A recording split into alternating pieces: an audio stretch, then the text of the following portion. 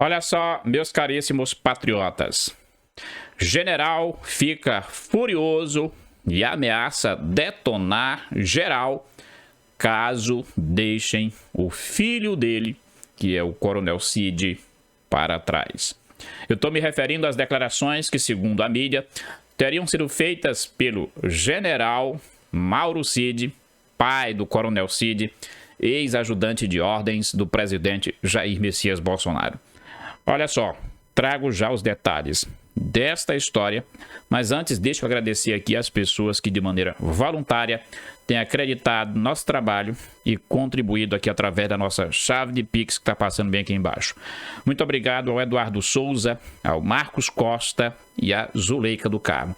Se você quiser cooperar também com a gente, fique à vontade, será um prazer receber a sua ajuda. Veja bem, segundo informações que chegaram até a gente, o general Mauro Cid, pai do Coronel Cid, estaria muito irritado.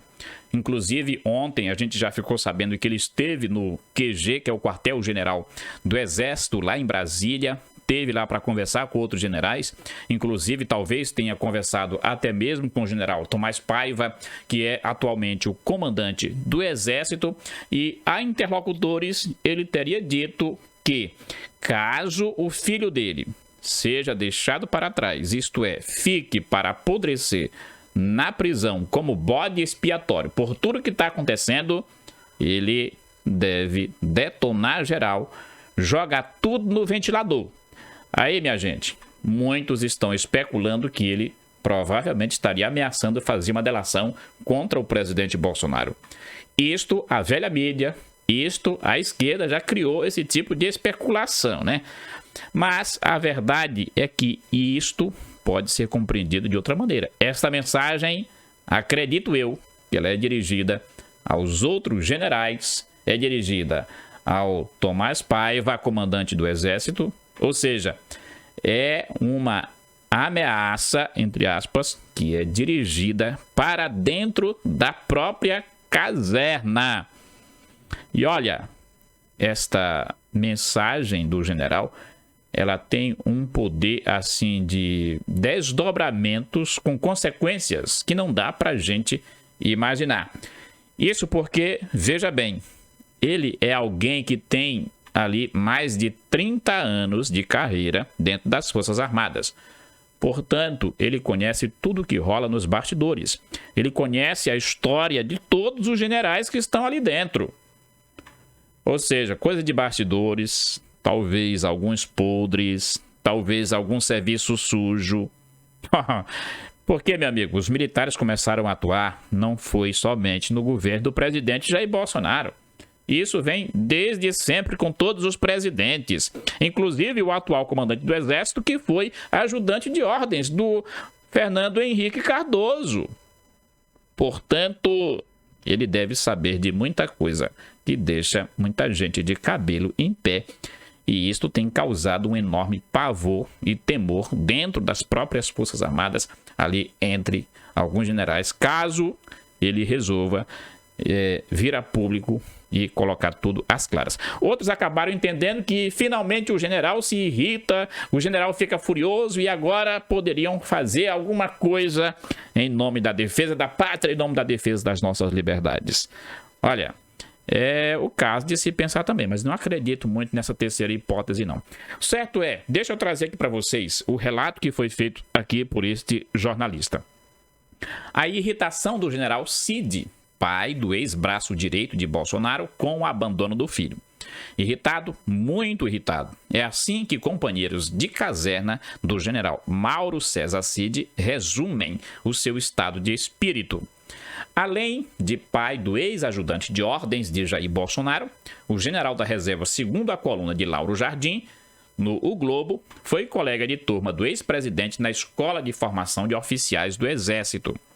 Mauro César Cid disse a interlocutores que não admitirá que seu filho seja deixado para trás. Chegou aí, na semana passada, ao quartel-general do Exército, em Brasília, para conversar sobre a situação do filho.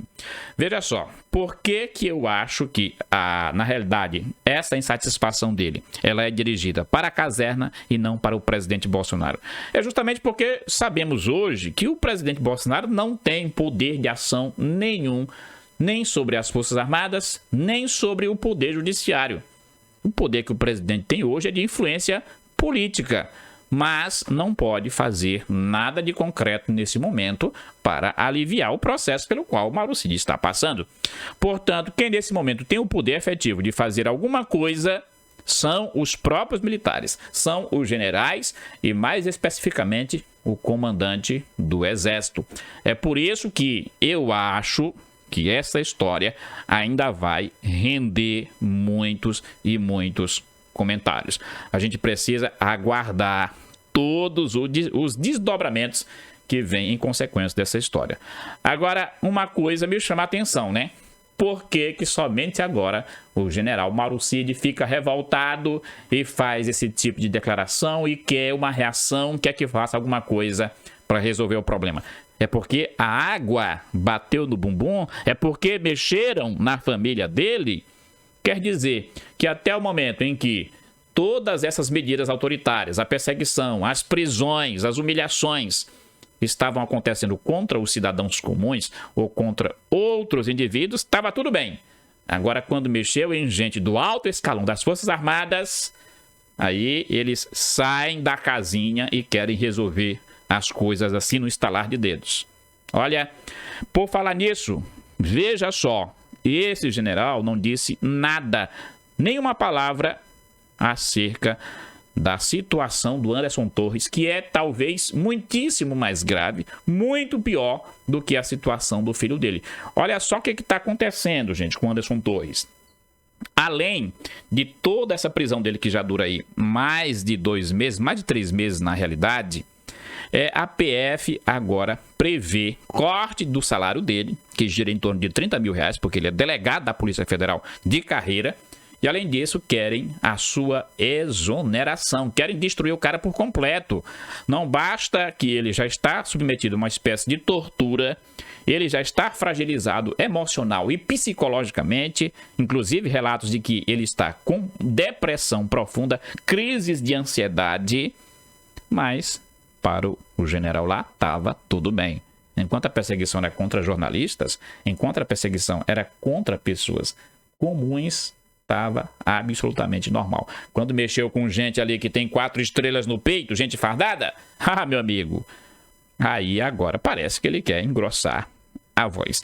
E veja só o detalhe acerca do Anderson Torres. Eu vou trazer aqui para vocês o relato emocionante do senador Jorge Seife, que esteve na carceragem visitando e conversando com o Anderson Torres pessoalmente. Olha só se não é de cortar o coração a situação em que se encontra nesse dia, nesse exato momento, o delegado Anderson Torres. Deixa eu tentar colocar aqui para vocês, olha só.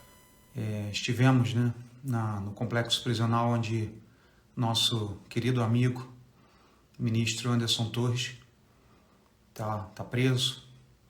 Depois desses dias todos, né? Vocês se lembram da história.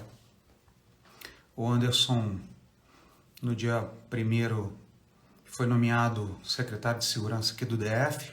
Estou falando com vocês aqui de Brasília. Estava tudo organizado, não existia nenhuma informação de nenhum ataque, não tinha nenhuma ameaça. Organizou, até porque o efetivo do DF, a Secretaria de Segurança, é muito mais para organizar e fazer um bate-bola aí com as demais forças de polícia, Polícia Federal, Força de Segurança, Forças Armadas, enfim. E viajou, né? Ele hoje narrou lá, muito emocionado, inclusive. Viajou pela primeira vez, as filhas dele e a esposa dele fizeram uma viagem para fora do Brasil. O sonho das filhas dele, tem 3 filhas, era de conhecer lá o parque da Disney, e ele conseguiu então essa licença e viajou. E houve lá os eventos do 8 de janeiro, e tentamos visitá-los outras vezes, muito mais na questão humanitária, né? As pessoas, eu acho isso muito bacana, as pessoas, por onde nós passamos, nos perguntam: vocês, senadores, não podem fazer nada, você é senador da República, o Anderson... Então, como é uma questão judicial, nós, enquanto Senado, que é um poder legislativo, tem que aguardar realmente as decisões judiciais, né? Nós, então, 42 ou 43 senadores da República assinaram uma carta pedindo para o ministro Alexandre de Moraes liberar uma visita, porque nós não estávamos conseguindo, ele estava proibido de receber visitas, exceto familiares e advogados. Então, pessoal, eu falo com vocês assim, diante de Deus. Foi muito emocionante, porque o Anderson é um cara do bem, o Anderson, a gente conhece a história dele, conhece a família dele, e realmente ver o meu irmão Anderson naquela situação foi de arrebentar o coração, né? Assim que nós chegamos lá, nos abraçamos, e não tem como não se emocionar, até peço perdão para vocês. Mas a gente está falando de um ser humano. Tivemos lá com o advogado dele, ele leu lá, né? Que tudo contra o Anderson suposta omissão, suposto ataque antidemocrático, é tudo suposição. E uma prisão provisória ou preventiva não pode demorar tanto tempo assim. O cara tá magro, o cara tá seco, barbudo. Eu sempre usei barba, mas o Anderson sempre tava, sabe, arrumado, barbinha feita. Então o cara assim tá detonado, né? Não tem como, e especialmente emocionalmente. Então, gente, essa é a situação tenebrosa a que o Brasil chegou com esses arroubos autoritários vindo da parte de gente de dentro do Poder Judiciário que deveria resguardar os nossos direitos, sobretudo o direito à liberdade de expressão e ao exercício da política. Mas, olha, gente, são esses mesmos que estão usando e abusando do seu poder.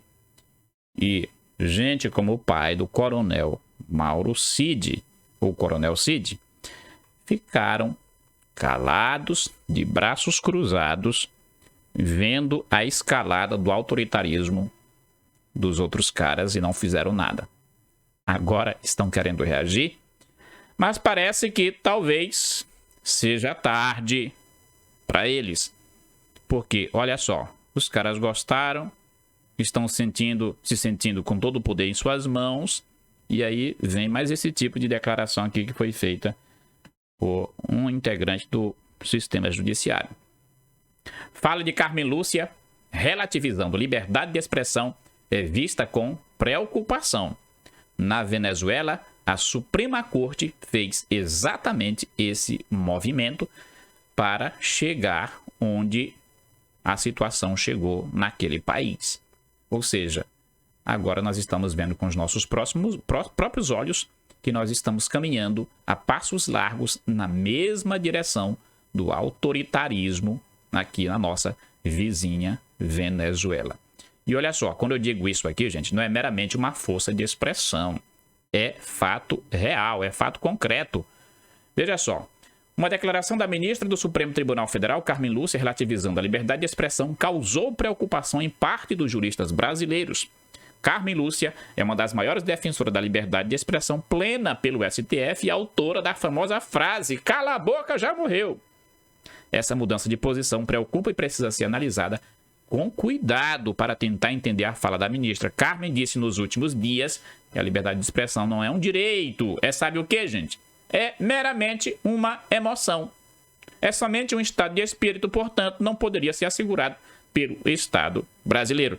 Logo, esta mesma ministra, que foi aquela que naquele julgamento lá no TSE, votou favorável à censura só por um pouquinho de tempo, enquanto aconteciam as eleições. São eles mesmos que estão, assim, parece que alinhados, parece que estão fechadinhos, acordados com o atual governo para fazer a regulamentação das mídias. E o ministro da Justiça e Segurança Pública, o Flávio Dino, já disse que se o Congresso Nacional não fizer uma lei aprovando exatamente o que eles querem, ele vai fazer na marra a próprio punho com a caneta dele. E caso, mesmo assim, insistam em derrubar o decreto dele, tem lá o Supremo Tribunal Federal que vai legislar. Ou seja, o Congresso praticamente sobrevive assim nesse contexto somente como uma peça figurativa que tem que se sujeitar aos caprichos do poder executivo e do poder judiciário, demonstrando, portanto, aí uma espécie de tabelinha entre judiciário e o atual executivo, colocando o poder legislativo de escanteio. Meus amigos, se isso não for a configuração perfeita de um Estado autocrata, de um Estado centralizador, de um Estado autoritário, ditatorial, eu não sei, mas o que seria uma ditadura? Ou o Brasil abre os olhos agora, ou então amanhã será tarde demais. Não é, general Mauro Cid e os seus colegas, os seus pares? Será que vocês não dormiram no ponto e agora estão querendo recuperar o tempo perdido? Talvez seja muito difícil. Agora, você que está me assistindo, o que você acha de tudo isso? Eu gostaria de ouvir a sua opinião e você pode deixar aqui o que você pensa através dos nossos comentários. Você pode curtir, compartilhar, inclusive se inscrever no nosso canal, porque é importante para que o nosso trabalho continue alcançando muito mais pessoas através da verdade, para que assim a gente possa libertar muita gente que infelizmente ainda está no cativeiro da ignorância pelos anos de doutrinação da esquerda por meio dos aparelhos ideológicos de Estado, a escola, a universidade, as mídias e etc. Então, nos ajude se inscrevendo, curtindo, compartilhando, tornando-se membro do canal aqui embaixo, através da nossa chave de Pix. E, enfim, é sempre um prazer para mim estar aqui com vocês, fazendo esse trabalho pelo bem do Brasil. Para mim, desistir do Brasil não é uma opção. E eu conto com você nessa nossa missão. Muito obrigado, fique com Deus e até o nosso próximo encontro. Tchau, tchau!